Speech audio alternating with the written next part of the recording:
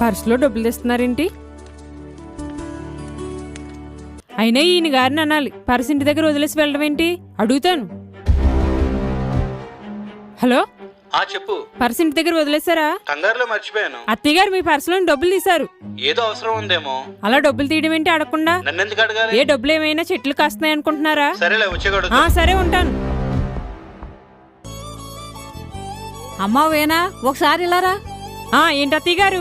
2 రోజుల్లో నీ పుట్టినరోజు ఉంది కదమ్మా, ఇదిగో పొట్టి చీర తెచ్చాను. పొట్టు చీర? పొట్టి చీర. మొన్న షాప్కి వెళ్ళినప్పుడు చూశాను. ఈ చీర నీకు చాలా బాగుంటది అనిపించింది. తీరా చూస్తే 10,000 అన్నారు. నా దగ్గర 8,000 ఉన్నాయి. అప్పుడు మా అబ్బాయి పర్సులో 2,000 పట్టుకెళ్ళి ఈ పొట్టి చీర తెచ్చానమ్మా, ఇదిగో తీసుకో. అయ్యో అత్తయ్య గారు, ఆ డబ్బులు నా కోసమే తీసారా? నేను ఇంకా వేరేలా అనుకున్నానండి. మిమ్మల్ని అపార్థం చేసుకున్నాను. సారీ అత్తయ్య గారు. అయ్యో పర్వాలేదమ్మా, తీసుకో. థ్యాంక్ యూ అత్తయ్య గారు.